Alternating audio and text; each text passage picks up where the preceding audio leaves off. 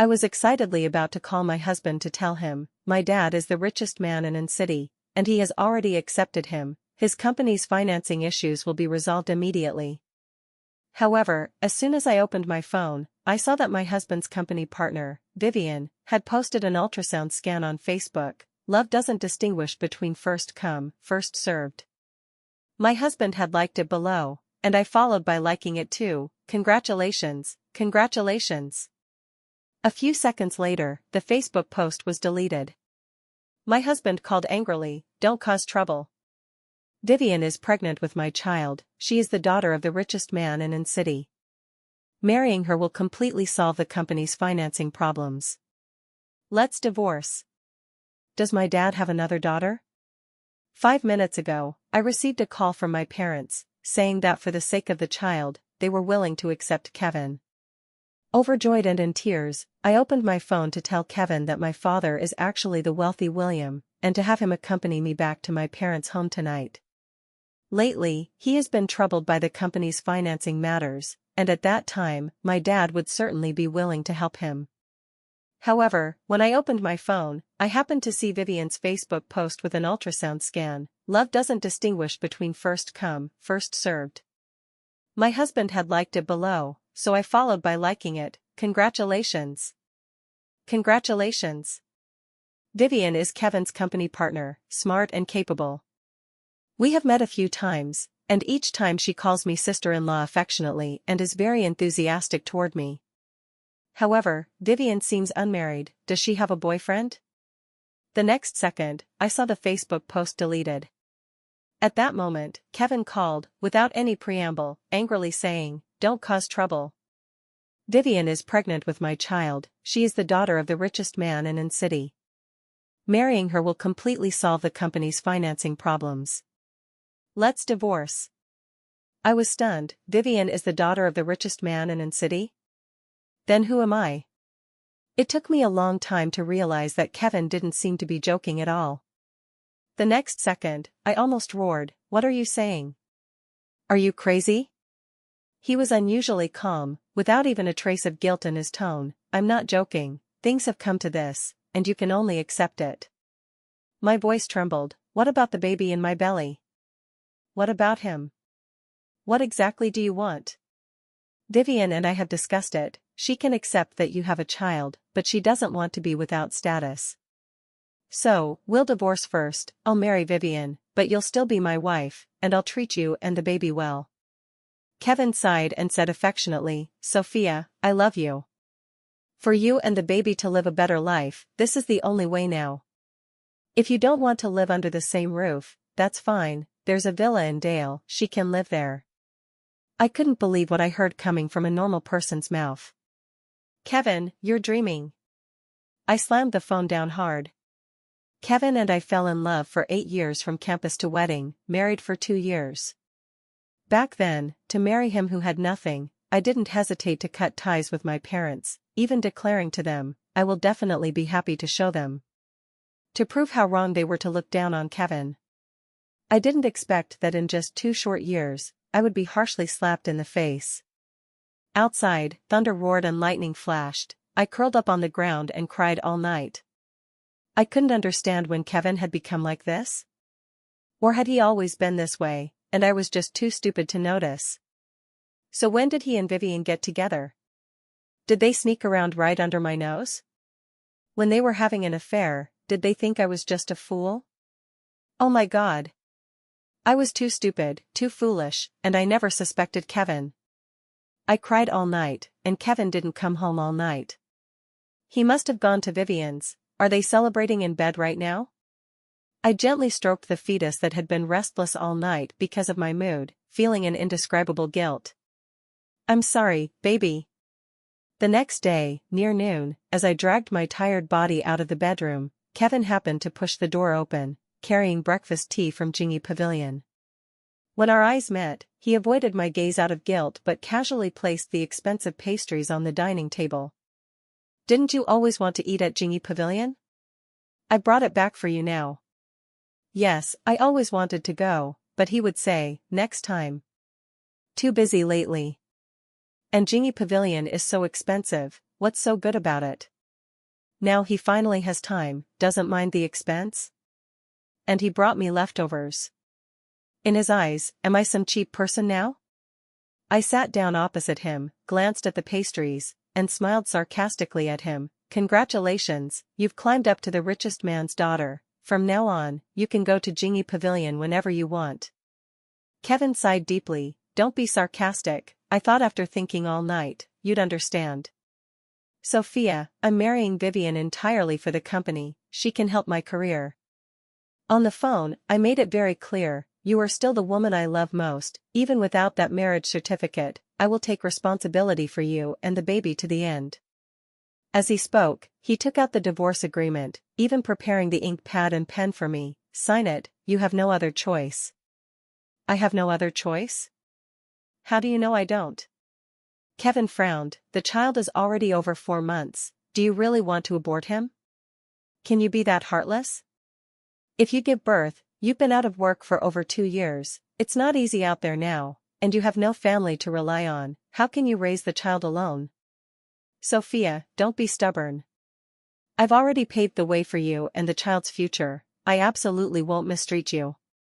His words pierced my heart like cold knives, one after another. From Vivian's ultrasound, it's at least 3 months, he waited until now to come clean with me, just to wait for my fetus to grow, leaving me no way out but to depend on him to live. Looking at this man whom I once regarded as the love of my life, I felt incredibly unfamiliar. If I really were a helpless poor girl, I would indeed have no other choice. Unfortunately, he miscalculated. I forced a bitter smile, picked up the divorce agreement, and read it carefully. As I expected, he wanted me to leave with nothing, only giving me the right to use this 3-bedroom apartment. The marriage can end, but I won't sign this agreement. I gritted my teeth. You're the one who cheated, not me, why should I leave with nothing? The one who should leave with nothing is you. However, Kevin seemed to have anticipated this, looking calm. I have nothing but debts, even this house is already mortgaged to the bank. What does that mean? How could he have only debts and no assets? While I was still in shock, Kevin's phone vibrated. He glanced at the screen and answered with a very gentle tone, it'll be done soon, wait a bit longer. No doubt, it was Vivian urging him. Kevin hung up and looked at me impatiently, sign it quickly, don't waste time. I said angrily, did you transfer marital assets? He didn't answer, only saying, assets aren't important, in the future, I'll take full responsibility for you and the child's life. I bit my lip, the marriage will end, but I won't let go of you transferring marital assets. My family has plenty of money, but I can't swallow this insult. Why does he treat me like this? What do you want to do? Hire a lawyer to sue me? Kevin sneered, face reality, okay? Do you have money to hire a lawyer? Fighting me to the death, what good does it do you? What good does it do the child? We stalemated for a while longer, and his phone rang piercingly again. Kevin clenched his fist, Sophia, don't blame me. Then he stood up, forcefully grabbed me, and forced me to press my fingerprint on the divorce agreement. During the struggle, my protruding abdomen hit the table corner hard. Kevin still ignored it, stuffed the pen into my hand, gripped my wrist, disregarding my pain, and forced me to write my name. Once Kevin got the divorce agreement, he immediately answered Vivian's call while walking out. Kevin, you bastard. I hate you. At the entrance, he turned back to look at me, full of guilt and helplessness. Sophia, I didn't want it this way. You know how much I've sacrificed to climb up. The company's second round of financing is about to start. Without Vivian's help, all my efforts will be in vain. I love you, Sophia. Believe me, only this way can you, me, and the baby live a better life. After saying that, he heartlessly closed the door. My abdomen hurt terribly. Looking down, a streak of bright red flowed from the root of my thigh. Amid the anger, immense fear instantly enveloped me. The pain was so severe I couldn't stand at all, collapsing limply to the ground. With all my strength, I reached the phone on the coffee table to call an ambulance. An hour later, as I was urgently pushed into the operating room in the hospital corridor, someone suddenly called my name, Sophia? In a daze, I saw Vivian. Not far away, Kevin was walking toward her with various forms. Vivian immediately turned back and walked toward Kevin. "Honey, I suddenly feel very uncomfortable in my belly. Are you okay?" Kevin was extremely nervous, scooped her up without caring about others' gazes, and strode toward the emergency room. I despairingly watched the husband who once vowed to love me for a lifetime. Now he was holding the pregnant mistress, while I, covered in blood, was pushed alone into the cold operating room. The nurse anxiously asked me, "Have you contacted your family?" I didn't want to contact Kevin. I didn't want to see him. Finally, I gave my dad's number. After the anesthesia, I lost consciousness. When I woke up again, I had been transferred to a private hospital. By my side were my parents. "Sophia, you're awake." Mom's eyes were red, tears falling in big drops. Dad held my hand with a face full of worry. "How do you feel now? What exactly happened? Where is Kevin?" Ignoring their questions, I looked at my flat abdomen. "Where's the child?" "Mom and Dad, where's the child?" Dad choked. "The child didn't make it." In an instant, heart-wrenching pain spread through my body. Tears involuntarily slid down, soaking the pillow. "My child is dead, Kevin killed him." Mom and Dad tightly held my hands, consoling sadly. "You can have another child, surviving is already a great fortune." It turns out I had massive bleeding during surgery and slept on the hospital bed for 3 days and nights before waking up. After learning about my experience, my parents wanted to settle accounts with Kevin, but I stopped them. Because that would be too easy on him. I want to avenge my child. I want him and Vivian to have nothing. I recuperated in the private hospital for over half a month. During that time, Kevin called and messaged me a lot. "Sophia, I'll come back to accompany you tonight." "Where are you? Why haven't you come home? Where did a pregnant woman like you run off to?" "Schedule a time to get the divorce certificate. The second round of financing is about to start, and Vivian and I must get married soon. Don't play missing on me. If you don't reply, I'll call the police." Later, he really called the police, but they contacted me, learned I was deliberately avoiding Kevin and not missing, so they closed the case. On the day of discharge, I replied to him, "Kevin, see you at the Civil Affairs Bureau at 3 p.m. As soon as I sent it, his call came immediately, but I didn't answer. After half a month, we met again. Kevin wasn't much different from my impression, just that good things were happening to him, making him even more triumphant. I shifted my gaze to Vivian's slightly protruding belly beside him, and my heart twisted in pain. Her child is fine, but mine didn't even get a chance to see the world. "Your belly?" Kevin suddenly widened his eyes in shock, stepped forward, and grabbed my wrist. "Where's the child?" I smiled bleakly. "Dead." "The child was almost 5 months, you actually aborted him." "Sophia, you're too vicious, too heartless. That was our son." I disgustedly shook him off. "Did I abort him?" "You killed him." Kevin was furious, roaring at me, "Don't use me as an excuse. I didn't make you abort our child. Remember the day you forced me to sign the divorce agreement?"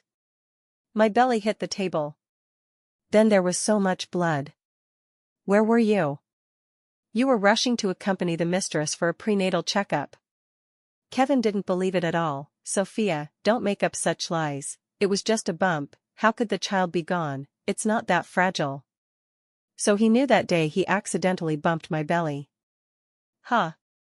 Damn it. Murderer. You don't believe me?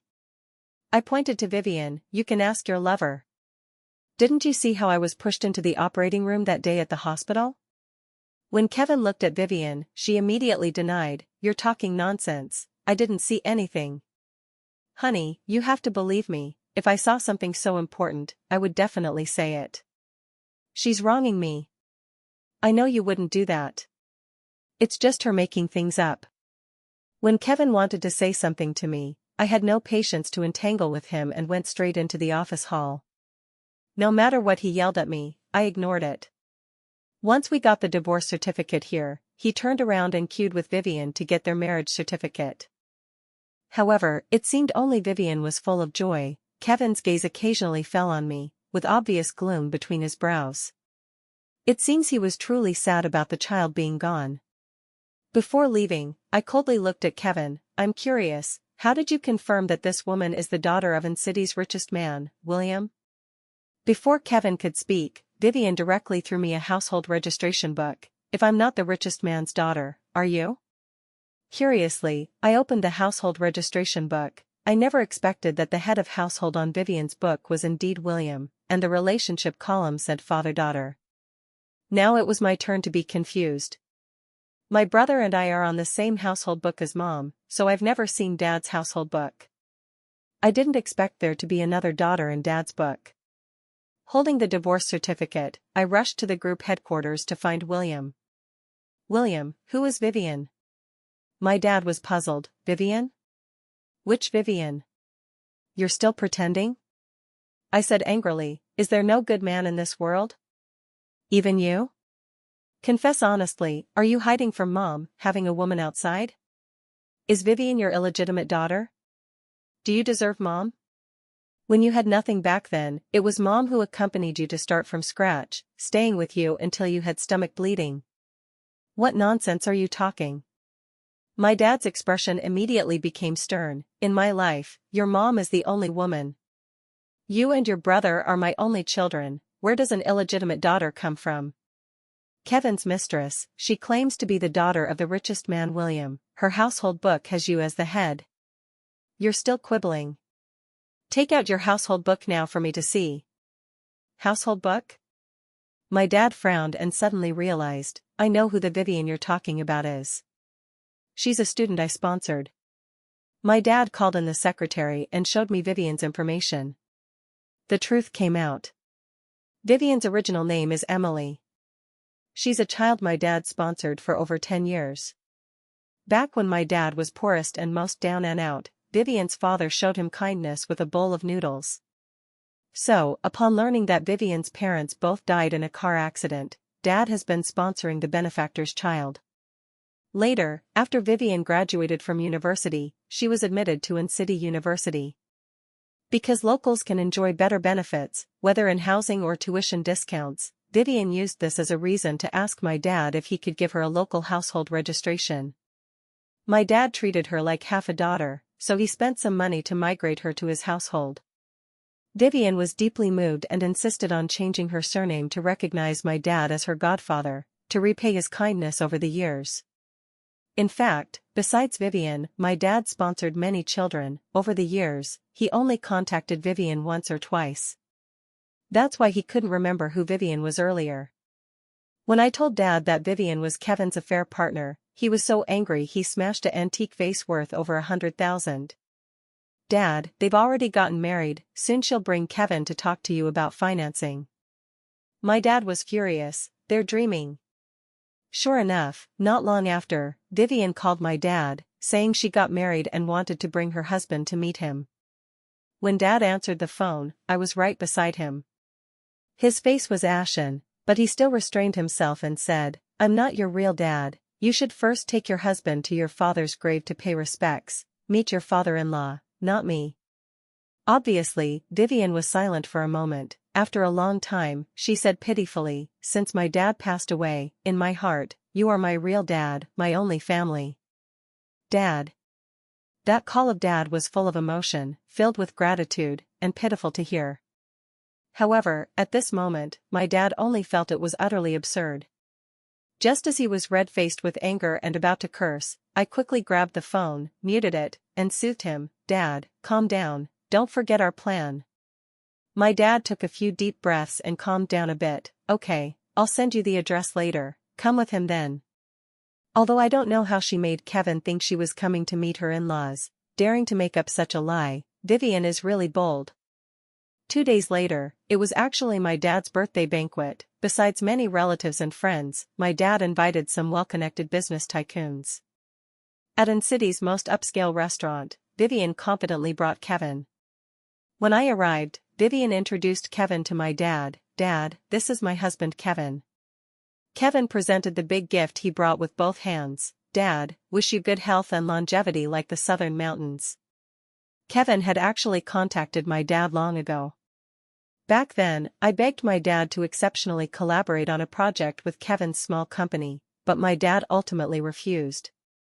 He felt Kevin's company lacked the ability to complete their project, and also told me that although Kevin is talented, he aims too high, loves shortcuts, and is not a good match. But at that time I was head over heels for Kevin and didn't listen to him. Hello. My dad didn't accept the gift, just coldly glanced at Kevin. I have guests to entertain, excuse me first. Kevin thought he was already the Song family's prized son-in-law, but he was treated so coldly. He anxiously looked at Vivian. What's going on? Your dad seems not to like me much? Didn't you say he really likes me as a son-in-law? He won't refuse the financing, right? Vivian quickly said, how could he? He's just busy today, no time to chat properly with you. Once he's done, he'll talk to you about financing. Kevin was half believing, but why didn't he even accept my gift? Of course, Vivian herself didn't expect my dad to act this way, so she quickly excused, family doesn't need to give gifts, dad must think you're spending too much. Pfft. I couldn't help laughing out loud. Does Kevin believe such words? It seems in front of Vivian, he has no IQ to speak of. My laughter immediately caught Kevin's attention. After spotting me, he walked over in surprise. Sophia, why are you here? Vivian followed from behind, also very surprised. I shook the red wine glass in my hand. Why can't I be here? Oh, I forgot to tell you, I'm actually very familiar with the family's richest man. Kevin didn't believe. How could you be very familiar with William? You've never mentioned it before. How did you sneak in? Vivian sneered. I advise you to leave quickly. My dad's birthday banquet isn't for someone of your status. I mocked. Your dad's birthday banquet? Who is your dad? The family's richest man, William? Otherwise? Vivian arrogantly glanced at me. Get out quickly, or I'll have someone throw you out. Kevin, afraid of causing a scene, quickly soothed Vivian. Forget it, baby, don't argue with her, it's bad if it affects the fetus. After saying that, he turned and grabbed my wrist, sternly warning, Sophia, stop making trouble, leave quickly, this isn't the place for your tantrums. If there's anything, we can sit down and talk after this ends, okay? I fiercely shook him off. Sophia. At that moment, my elegant and luxurious mom returned from the bathroom. She came over, protected me by her side, and knowingly asked, what happened? Who are these two? I said sarcastically, Mom, isn't this my cheating ex-husband, and the other is his pregnant mistress? Kevin and Vivian were stunned in place, especially Vivian. After seeing my mom clearly, her face gradually turned pale. Kevin looked at me incredulously. Aren't your family all farming in the countryside? How could this lady be your mom? I smiled. Why? Don't we look alike? Since childhood, people have said I look like my mom, almost like a copy. However, my mom's whole body exudes a noble lady's aura, completely unlike a rural farmwoman. While Kevin was still shockingly digesting this, the host asked the guests to be seated. The banquet officially began. I linked arms with Mom and walked to the main table. Behind, Kevin held Vivian's hand. Let's start the banquet first, get the financing settled. But Vivian stood rooted to the spot, unable to move. Honey, I suddenly feel a bit of pain in my belly, maybe we should go back first. Kevin frowned. You were fine, why sudden belly pain? Today father-in-law is happy, we need to seize the chance to mention financing to him. Vivian, but my belly really hurts, he's my dad, there will be plenty of opportunities later. Then wait, now that we're here, at least go notify father-in-law, especially since your belly is uncomfortable. Then Kevin directly left Vivian and jogged to my dad, anxiously saying, Dad, Vivian's belly is uncomfortable, she might need to go to the hospital. Hearing him call Dad, everyone's gazes fell on Kevin. My dad raised his voice disdainfully. Who is your dad? Don't call randomly, my eldest son is still abroad, and my daughter is single now. Kevin embarrassedly said, Dad, I'm your daughter Vivian's husband, we just got married not long ago, didn't we just meet earlier? Vivian? Who is Vivian? My dad looked at me, baby daughter, stand up and let everyone know you. Okay, Dad. I stood up. My dad then walked to my side. I have to say, girls change a lot when they grow up. Everyone might not recognize her. She is my William's only daughter, Sophia. Kevin froze entirely, staring at me dazedly. How is this possible? Why not? My mom also stood up. Sophia is our biological daughter, the Song family's only heiress. Kevin unwillingly pointed to Vivian not far away. Then who is she? Didn't Vivian just call you Dad, William? And you're on the same household book? Could Vivian be your illegitimate daughter? Pfft. What illegitimate daughter? My mom disdainfully said. Have her come explain herself what her identity is. Kevin's face turned red, roaring at Vivian, what's going on?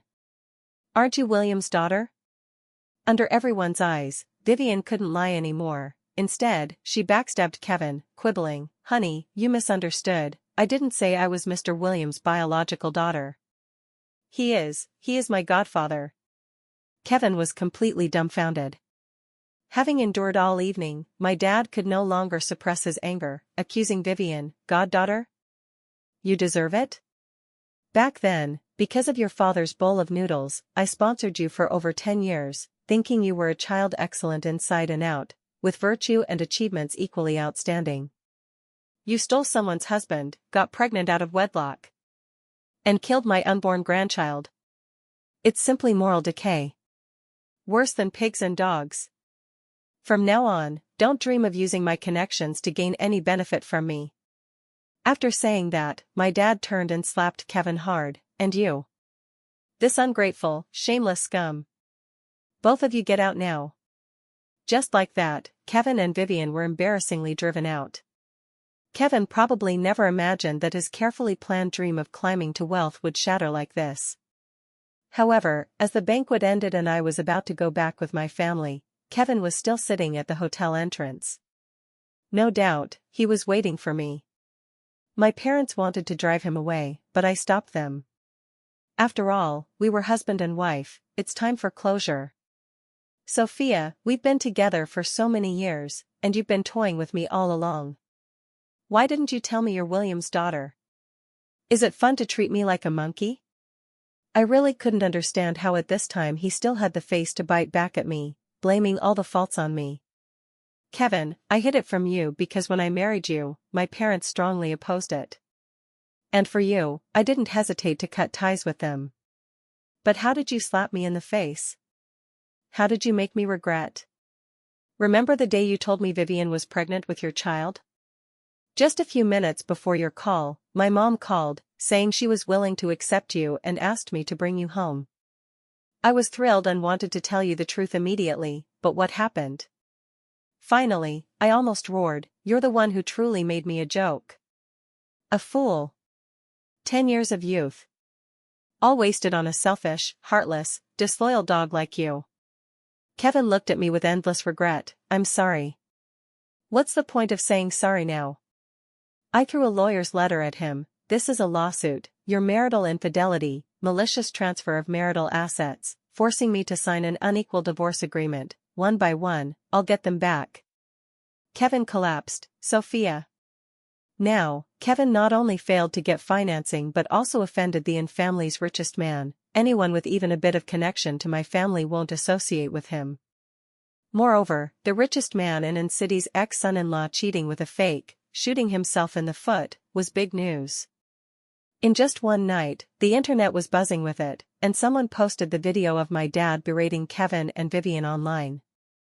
In the following days, more people dug up various details of Kevin and Vivian's affair, and photos of me with a big pregnant belly still living frugally. Kevin and Vivian completely became rats that everyone shouts to beat. And I'm only 25 this year. Luckily, I woke up not too late, preparing to go abroad for business management studies. Kevin didn't make me wait too long, he soon couldn't hold on. After financing failed, his company's capital chain broke, and facing divorce litigation, he was desperate and could only contact my lawyer, hoping to reach a settlement. In fact, all his current assets aren't enough to fill the company's funds, suing him would just waste time. Now, the only thing of value he has is his software company. However, the company is Kevin's life, more important than his wife. On the day of out-of-court negotiation, Kevin begged with red eyes, "Sophia, I'm sorry, I was stupid, deceived by that bitch Vivian, now I know I was wrong. With so many years of feelings, can't you give me one chance?" I smiled sarcastically, "Kevin, I can give you a chance." Kevin excitedly, "Really?" "Sophia, as long as you can forgive me, I'll agree to anything. As long as you can revive my dead child, I'll give you a chance." Kevin's face instantly flashed pale. "Sophia, don't joke, how is that possible?" "Yes, how can the dead come back to life?" I looked at him with eyes full of resentment. "Then if I give you a chance, who gives my child a chance?" "Kevin, your current plight is all your own doing. You killed the child, I'll never forgive you in this lifetime." As I stood to leave, Kevin plopped down on his knees at my feet. "I'm sorry, wife. Please. As long as you forgive me, I'll do anything." Kevin has always had strong arrogant pride, even in such downfall. He came today still in suit and tie, looking neat and tidy. No one expected him to suddenly break down emotionally and kneel before me, tears smashing big drops on the floor. But his appearance didn't stir much in my heart. I just felt he was too hateful. "Kevin, it's useless, no matter how you play pitiful, I won't soften toward you. Leave yourself some dignity." After saying that, I left without looking back, leaving Kevin kneeling there, crying heart-wrenchingly. In the end, Kevin surprisingly gave up the company he had operated hard for years. The final settlement agreement was handled by the lawyer. I didn't see Kevin again, because I had already boarded an international flight, embarking on my path to study. Arriving in M country, with my brother's help, I quickly adapted to life abroad and immersed myself fully in studies. Moreover, my brother's company abroad was developing better and better. Half a year later, he arranged an internship for me, and I started familiarizing myself with the family business while studying. Just like that, 3 years passed in a flash. During that time, many excellent men pursued me.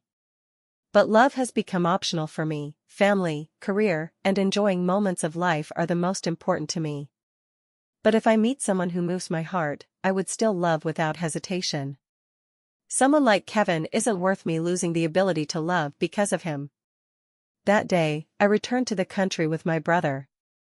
After leaving the airport, we went shopping at the mall and bought many gifts. On the way back, brother went to get the car, and I waited at the mall entrance. A delivery guy came toward me and suddenly stopped in front of me. I looked up, it was actually Kevin. He was wearing a delivery uniform, dark and thin, full of vicissitudes, completely without his former social elite appearance. My heart suddenly felt a sigh. After all, he was a top student from Jing University, yet reduced to this. When he spoke, his voice trembled. "Sophia, long time no see." I curved a faint smile. "Long time no see. I heard you went abroad, are you doing well? What do you think?" Beep beep, the Maybach stopped in front of us. Brother got out, thinking I was being harassed, and immediately protected me behind him. Kevin's gaze fearfully glanced over my brother. In a high-end suit, young and handsome, exuding noble status all over. "Is this your boyfriend?" I didn't answer him, only said, "Kevin, let past things be past. If we meet again in the future, please don't greet me." Kevin nodded awkwardly at me. Brother probably guessed who he was, contemptuously glanced at him, then opened the car door for me. After returning this time, Dad plans to hand over the group entirely to me and brother. From then on, I'll handle the group's domestic business, and brother the international. A few days later, the inauguration ceremony was held at N City's largest hotel. After Dad personally went on stage for the handover, I stood on stage accepting everyone's applause. At that moment, a woman in waitress clothing suddenly rushed up with a knife. "Sophia, you bitch, I'm the real heiress, go die." The bodyguards quickly rushed up. However, just before the knife stabbed toward my heart, Kevin in security uniform rushed out and blocked in front of me. Blood spurted out immediately. "Honey." Vivian instantly let go and was controlled by the bodyguards. "Are you crazy?" Did you forget how this bitch treated us? Why save her? I'm your wife. Then Vivian laughed maniacally. I knew it, after so many years, you still miss this bitch. Sophia, you shameless mistress, you stole my husband. Shameless. Kevin tightly held my hand. I'm sorry, Sophia, I owe your son's life, now I'm giving it back. This fool, I actually for pursuing fame and fortune, greedily, lost you. Sophia, I love you, this is true, you're the only woman I've truly loved. Please forgive me, okay? A tear of mine fell on his face. Kevin, don't speak anymore, the doctor will come soon, you won't die. However, Kevin still died in the end. After Vivian's lies were exposed that year, she suffered severe online backlash, and Kevin hated her to the core, sued for divorce, and didn't even want the child in her belly. Later, Vivian had a stillbirth due to depression, and she became completely insane. Karma cycles. Vivian committed suicide not long after entering prison. But their matters didn't affect me much. I stand on city's tallest skyscraper, overlooking the entire city, enjoying my own brilliant future.